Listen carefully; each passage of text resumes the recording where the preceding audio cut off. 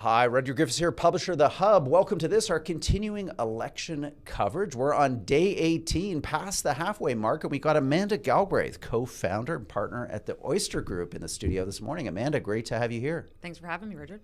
Let's do what we do at the top of every show, Amanda. Give our audience just a quick snapshot of the election on day 18. These are the Nanos overnight numbers.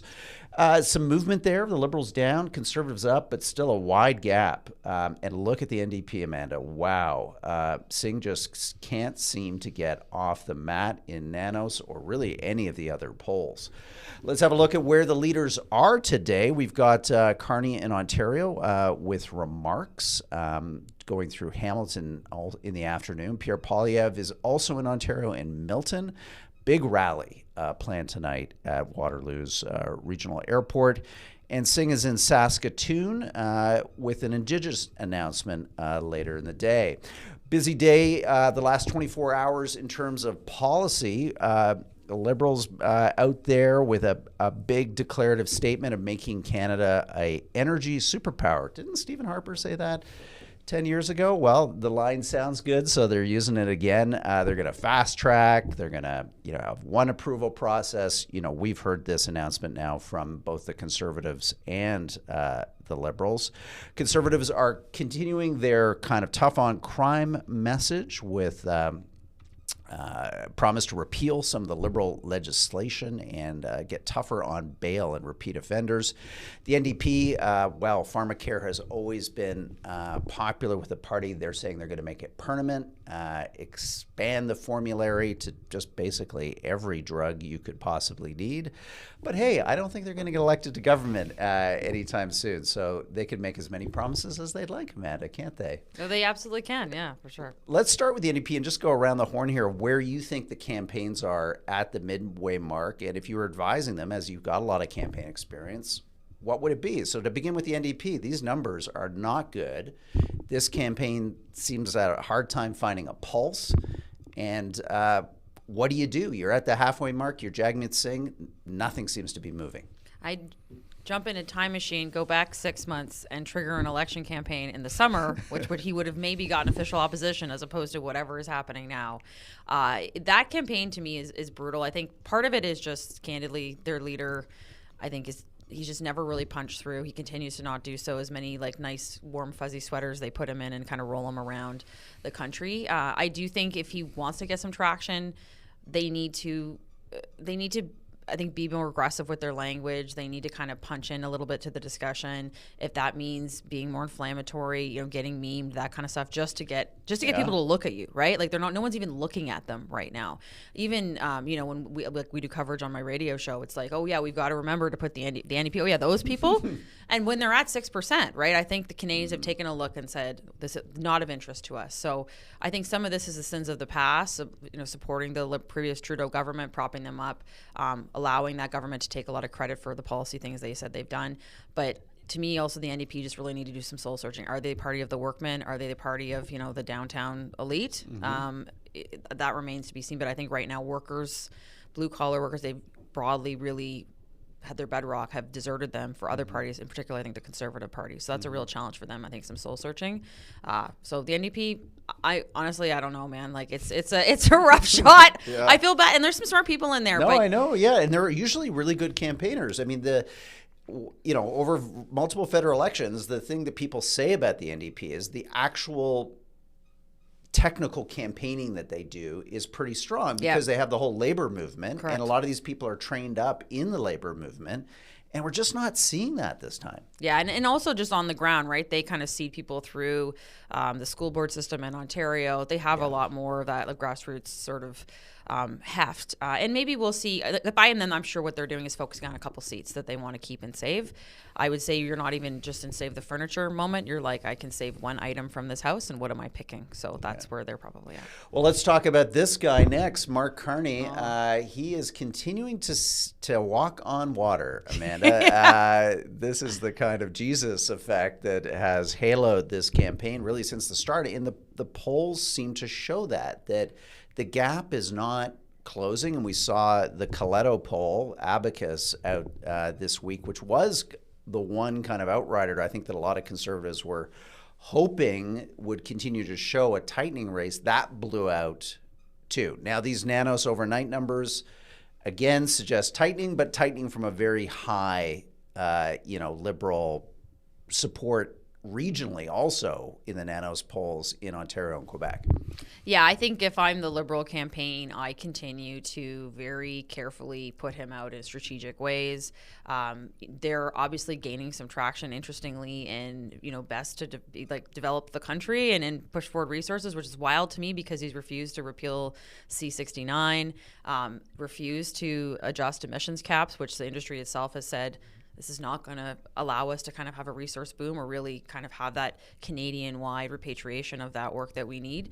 So they're obviously very happy with them. I mean, this is a very happy man over here, right? I don't know who gets to waltz in and be prime minister of a G7 country, but he somehow seems to have achieved that. Yeah. There's a lot more campaigning left to be done, but if I'm the Liberal campaign, I keep him hidden broadly, and I'd probably be spending quite a bit of time prepping for the debates, probably a little more than you normally would, because that will be, I think, a kind of key moment in this campaign where people get eyes on, and that's probably the real opportunity for Pierre Poilievre to land some blows and maybe push some doubt about who he is as a leader that's fit for the country. Well, let's go to the Conservative campaign, because this is a not unimportant week. They're going to be building up, as you say, to the debates next Thursday, and then it really is a sprint. But we do have Easter weekend, and how important do you think Easter weekend is going to be right after those debates? Is that the moment where the kitchen table talk kind of gels and coming out of that, I don't know, do you still have more runway to turn the campaign around? Or if we're seeing polling numbers right after that Easter weekend with less than 7 days to go, would it increasingly be a sense that the race is then baked? I feel like it's going to gel over that weekend. It reminds me a lot of the 06 campaign, where we actually campaigned over, people forget this, like over Christmas. It started in November started in December and ended in Jan. And that Christmas break was the real important part where people kind of went away, took a couple days with their family, talked about what their values are, what they wanted, and out of it, and the Conservatives kind of really started to take off from there. So I think post-debate, the timing of that, then leading into that weekend where people kind of sit around and talk, and what do you think about this, we'll really see the final probably gelling of where this campaign's going to go. It's not to say stuff can't shift in 7 days. I mean, this campaign's been wild with what Donald Trump has done to us, so who knows? But I would say broadly, if things are going to shift, they have to shift in the next 8 days. Yeah. I love interviewing you as a fellow broadcaster. You just lead me right on to my next question perfectly. You mentioned Trump, and I want to go there because, Amanda, boy, since that Rose Garden speech last week, Wednesday, Trump hasn't been interfering in our election with tweets or comments. That's been kind of interesting in itself, but he has completely dominated the news cycle as people have seen just turmoil in markets and a freak out, a genuine freak out, and now a kind of semi-reversal of the president yesterday. Markets down again a bit, though, this morning. What do you do in a campaign when, in a sense, you're trying to get your message out and you have this hurricane like blowing through the public square and drowning out everybody's microphones with the noise of that freight train, that Trump freight train coming through? It's a problem, isn't it? It's a huge problem. It's a huge problem for anyone to cut through. One, because he's taking up so much airspace and airtime, and instead you get, I think, very top line or top of the weights coverage of the campaign. The second thing is the campaign's not the top story in the country. Like, it's not the biggest story in Canada right now. People are worried about their investments. They're worried about their retirement. They're worried about, but not in a, hey, I'll fix cost of living. It's like, will this lunatic down south do this again, right? So I think, and all the leaders, there's not a lot of distance between all the leaders and their approach to that. They're trying to show differentiation, but at the end of the day, there's not a lot of space between them that you can use as a wedge. So I think as a campaign, honestly, and I say this as someone who loves earned media and I live in the media space, this is where you shift to paid. Like, you really have to just blanket paid and do advertising to push your message as much as you can, because you're not going to cut through the noise of the mainstream media marketplace right now. The Conservatives certainly have some advantages there, given Pierre Poilievre's baked in social media following. He's got 500,000 followers on YouTube. So they can leverage those pieces, but to a certain extent. And the other thing I think is just Canadians broadly are so overwhelmed by what's happening in the world. The space they have every day to consume news, to consume like intricate policies, is so much smaller and narrower than it would be during a normal campaign, which we already know is very narrow. That just handicaps any of the campaigns that are trying to sort of push ahead. So instead, you have this sort of, they look at all the candidates, they kind of look at Mark Carney, get the warm and fuzzies about what they think he is, and it's just, that's that. Like, you know, that guy seems fine. I could see him standing up to Trump. And like, I'm more worried about my stock portfolio. I'm going to look at that, or how my RSP is doing. Yeah. Final question. When do the Conservatives say to themselves, okay, we got to move off this traditional campaign? That's not a criticism, but the campaign that they've been running since the beginning is a policy a day, a speech a day, a big rally every 3 days or less.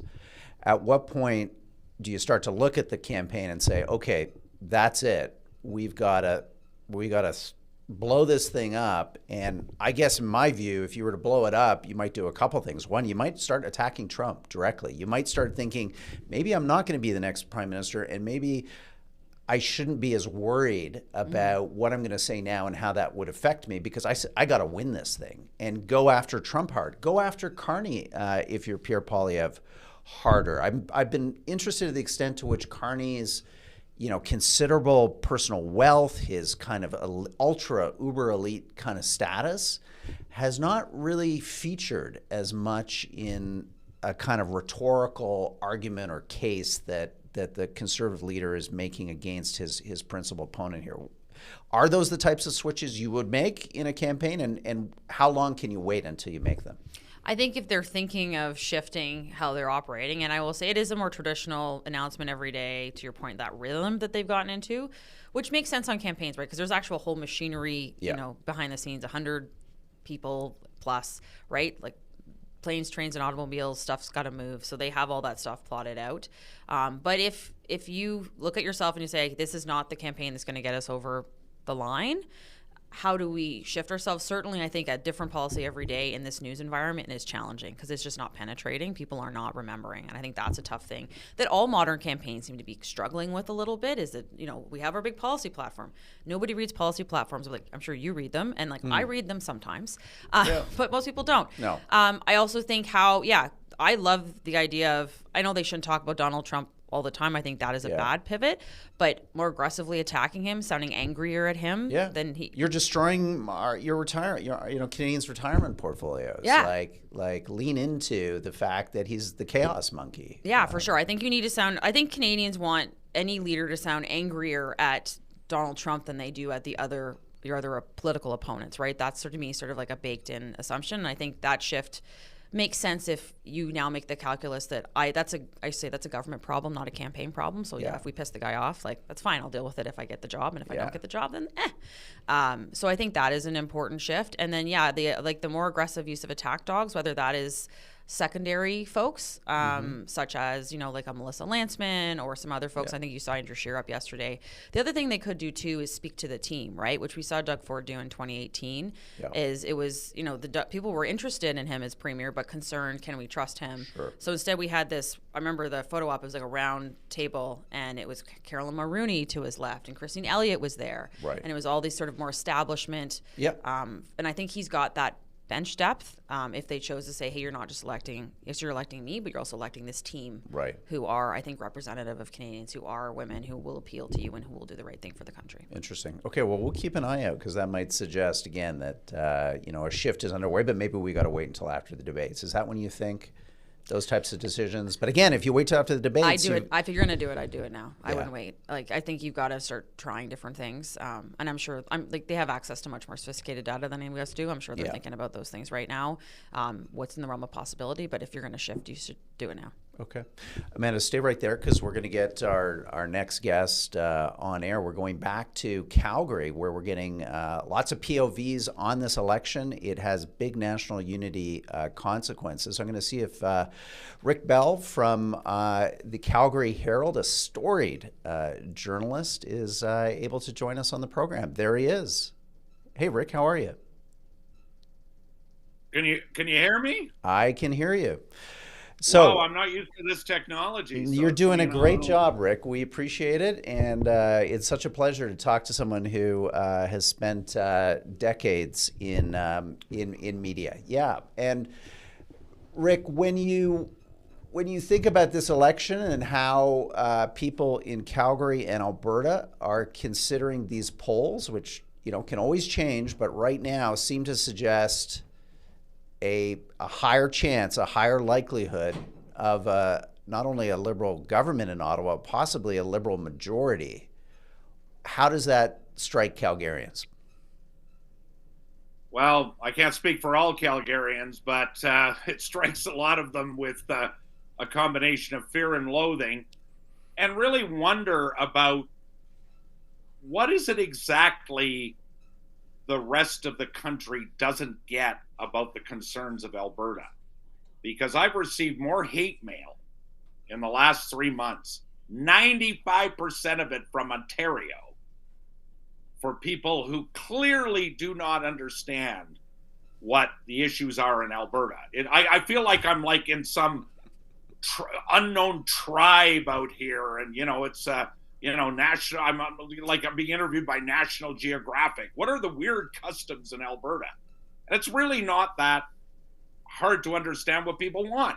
We have an industry called the oil and gas industry that contributes a lot to Canada, and we would like the government, as much as possible, to leave us alone and let Alberta make money for this province and for the rest of Canada. It's not some big metaphysical dilemma. It's not some big something that you have to have 7 poli-sci professors on a panel to discuss. It's that simple. Yeah. Well And I said, think Rick. the other thing, and I think the other thing that really puzzles people is what would it take? What kind of conservative leader would make Ontario happy? Right. I mean, they liked Sunny Ways over Harper. I get it. We tried Andrew Scheer, the very quiet, reserved Andrew Scheer. Didn't like him. We tried the I'm willing to have a carbon tax, Aaron O'Toole. They didn't like him.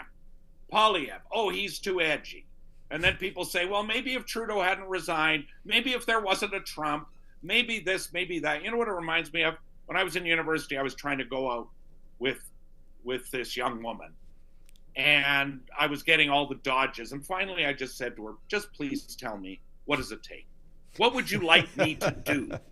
So I am making this appeal particularly to Ontario. Okay, they're listening Just tell now. us what you want. Do Yeah. you want Do you want Doug Ford? Well, he's not really a conservative, but what? And he doesn't speak French. What is it that you want, and what is it about Alberta's case that you don't Yeah. understand? Yeah. Well And said, so Rick. we're puzzled. We've been Yep. crapped on for 10 years, and now the party that crapped on us, with a lot of the same people in government, Yeah. are going to be, and I will, could get in again. And you know what's funny? I've seen polls that show who's responsible for getting rid of the carbon tax. Yeah. Carney. Who's I going to know keep those the country polls are. together? Carney. Who's got the best energy policy? Carney. Really? Do Yeah. people really believe that? What's wrong in the water down there? A lot of Lake Ontario. Exactly. I think a lot of heavy metals coming out of Lake Ontario is That must be. dulling our senses here, Rick.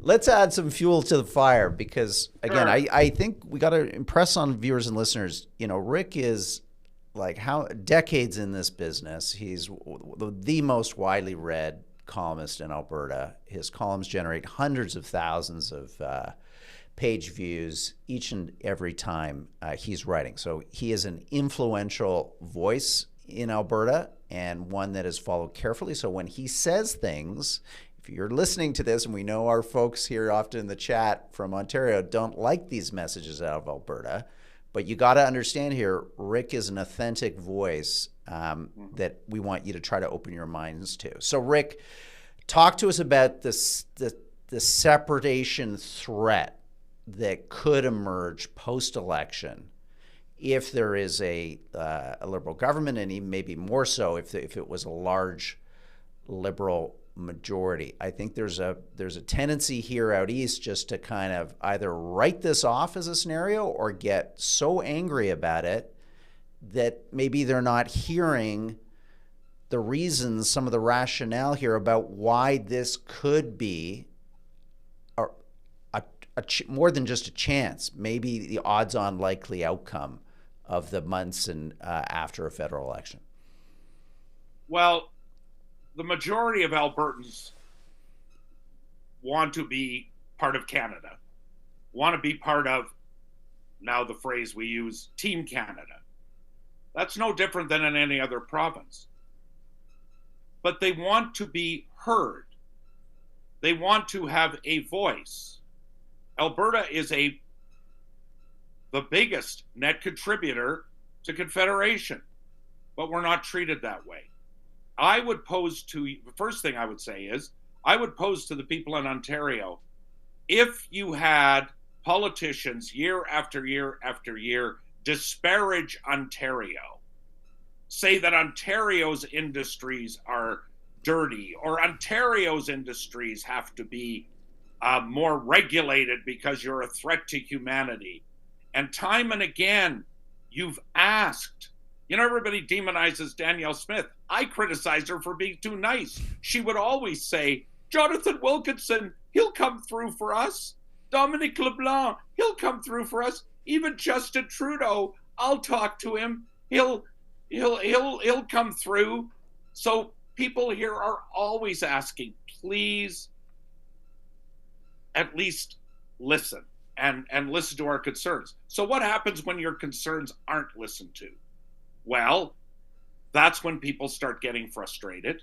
And when they start getting frustrated enough, then they got outraged. And when they got outraged, they start saying things like, maybe we shouldn't be part of Canada. You guys obviously don't like us very much and don't respect us very much, or don't know very much about us. Mm-hmm. I was amazed, by the way, at how many people do not realize how big the oil and gas industry is. Yeah. I hope you get that message out in Ontario. I think they think the auto industry is much bigger than the oil and gas industry. It isn't. And stop with the self-entitled whiners in the hate mail. You guys are just whiners. You've got oil and gas. What are you? As if somehow the rest of Canada isn't benefiting from that. How many people have moved from Ontario to Alberta because of the oil and gas industry, and from other provinces? I'm not saying people should be grateful. Just, we have to have a place at the table. It just can't be shut up. We're going to have policies that disadvantage your province and hand over your money through transfer payments to Ontario, which has now been a have-not province for a decade, more than a decade. I mean, I got into a bit of a fight yesterday in Calgary with Mark Carney. I mean, it was wild. And because I said to him, I want an answer to the question: are you going to make a solid commitment right now for more oil and gas pipelines, new ones, and new LNG projects? And of course, he went on, I have a plan, blah, blah, blah, blah, and I need Albertans to be on board. And don't tell me, he actually said, don't tell me, Rick, what an Albertan is. I'm an Albertan. When was the last time he lived in Alberta? Come on, let's get over it. But then I asked him about, and he dismissed Premier Smith has these 9 demands, largely stuff that the Trudeau government brought in that she'd like gone, like the emissions cap on oil and gas, and the so-called no more pipelines law, and the net zero power regs, and all of that sort of Stephen Guilbeault, Justin Trudeau stuff. And he dismissed it in like one sentence, saying, I could go back and forth on that, but I have a plan, and I think people should just get, I mean, if you did that in Toronto, what would happen? I know what would happen. How dare he take advantage of Canada's cultural and economic center? And so maybe you should walk in our cowboy boots for a few minutes or hours and get a sense of it. And this other thing, don't write off people as, they're all just a bunch of hillbilly backwoods rednecks. Yeah. That's just so easy. That's just so easy. Wrong. Yeah, very wrong. Well, and it's wrong. I mean, I'm sitting here, and outside my window in just near downtown Calgary, if I took a picture of it and put it up on this meeting, it would look a lot like downtown Toronto. Yeah, it sure would.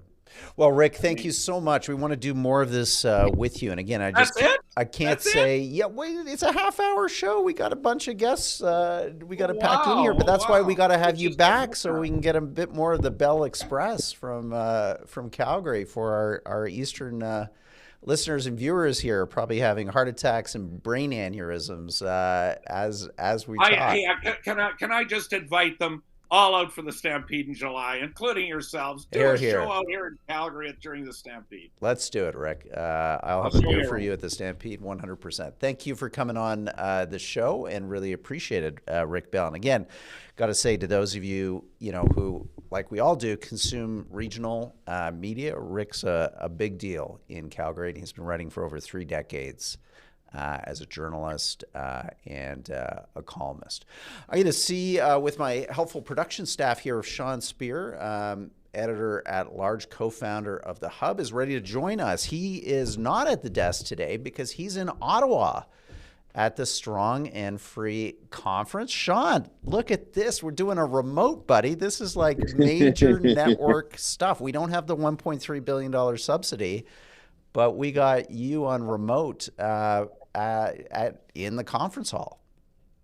Yeah, people have to apologize in advance for the noise here. It's busy at the Canada Strong and Free Network Conference, Rudyard. A lot of major speakers. Barry Weiss from the New York Times spoke last night. Robert Lighthizer, the former U.S. trade representative under Trump, is speaking today. That's bound to generate a lot of attention. But of course, the backdrop of this year's meeting is the federal election campaign. I think it's fair to say that yesterday's poll from Abacus, which up until now had been an outlier, as you know, Rudyard, who was forecasting a closer race, now has a 6-point lead for the Liberals, and that has put a real damper, I think, on spirits here. And you're starting to hear a lot of conversation about what has gone wrong. And what this election could mean for the Conservative Party and, of course, for Canada, because there's a lot of people here from Western Canada who are expressing, maybe not quite with the same passion as Rick, but the same sentiments that he just shared with our audience. Yeah. Sean, the energy in the room, though, we were talking before coming on air there, is good. Like, this is a movement that has, brought together a whole bunch of people from across the country who, in the middle of an election campaign, you've got Lighthizer, as you say, prominent Republicans up there, headliners like Barry Weiss. Explain maybe to the audience what these types of events are, because they're not political. It's important to say, like, this is not associated with a political party. It's not associated with a lobby. What is this? Is this something new in Canada that we're starting to see, which is more of like movement-based organizations? I think of Canada 2020 on, let's say, in the Liberal tent. Is that the analog for kind of Strong and Free and what you're seeing there in Ottawa today at the Westin Hotel? Yeah, I think there's something to that, Rudyard. A lot of our listeners and viewers will be familiar with some of the more traditional institutions on the Canadian center-right, organizations like the Fraser Institute, which was started in the mid-1970s, a lot of the other mainstream think tanks that they would see in the newspaper or online. But there has been a degree of entrepreneurialism that we've seen in the past several years on the Canadian right in areas like education choice, even digital media and social media campaigning. Of course, a lot of focus on issues around oil and gas development. That's a long way of saying I think you've hit the nail on the head. That yes, there's a lot of those traditional voices here. A lot of people that I grew up reading and paying attention to, but a lot of young people, which in a way reflects the broader trends that we're seeing in our politics, don't they, Rudyard?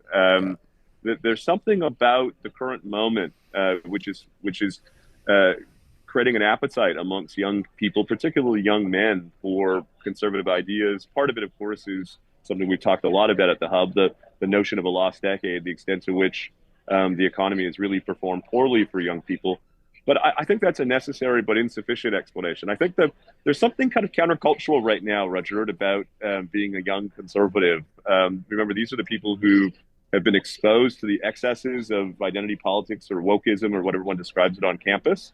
And so conservatism has gone from being kind of staid and establishment to being countercultural and kind of cool. And, I think that's reflected here at the conference. Yeah. Well, Sean, we're going to let you get back at it. You got a busy day there. You're on a panel. Tell us what you're going to be speaking about. Yeah, there's a panel this afternoon on economic policy. Part of it, of course, is no doubt commenting on what we've seen in this election campaign. But I hope to talk about some of the bigger issues, Roger, that we've profiled on this show and at the Hub more generally. In particular, I'm thinking about saying something provocative about the extent to which we're seeing signs of economic nationalism finding resonance on the Canadian right. It seems to me that the right reaction to Trump is not to ape his policies and not to follow him down the path of statism and all the rest. It's to actually double down on the things we know that work: markets, limited government, thinking about incentives, and all the rest. A friend of mine and yours, Raihan Salam, the president of the Manhattan Institute, wrote a really thoughtful essay in The Atlantic yesterday that I encourage our audience to check out, where he took to task what he called the class warfare of conservatives. I think it's a crucially important point. In my mind, conservatism is about aspiration, it's about striving, it's about meritocracy, it's about social mobility. And I think there's something dangerous about conservatives, people on the center right, essentially embracing a conception of society that's static, that is inherently unequal, and for which the only logical conclusion is for government to step in. I think that's a mistake, and so it's something I'll be talking about today. Excellent, Sean. Well, we will touch base with you tomorrow. And hey, you and I got the roundtable to record for Friday, so looking forward to that. Yeah, lots to talk about. Take care, Roger. Great job today without me. Hey, no, I miss my wingman. And I love the remotes. We got to do this. We got to do this more often. So be well, and we'll catch up soon. You bet. So that is the end of our show today. I hope you've enjoyed it. We got an interesting mix of tactical insights on the campaign itself, some strong views from Rick Bell in Calgary and where parts of Alberta are at in terms of thinking about this election. Then a check-in at the end of the program with Sean Speer coming to us from the Strong and Free conference in Ottawa that's ongoing for the balance of this week. I'm going to say goodbye now to our on-demand listeners and viewers, and then just in a moment, hello to those of you who've been kicking around on the live chat. I expect it has been a lively live chat with the content that we've had on the program today, and I look forward to answering and kicking around some of your questions with you. So here comes that bye-bye and then the hello. Bye-bye, everybody.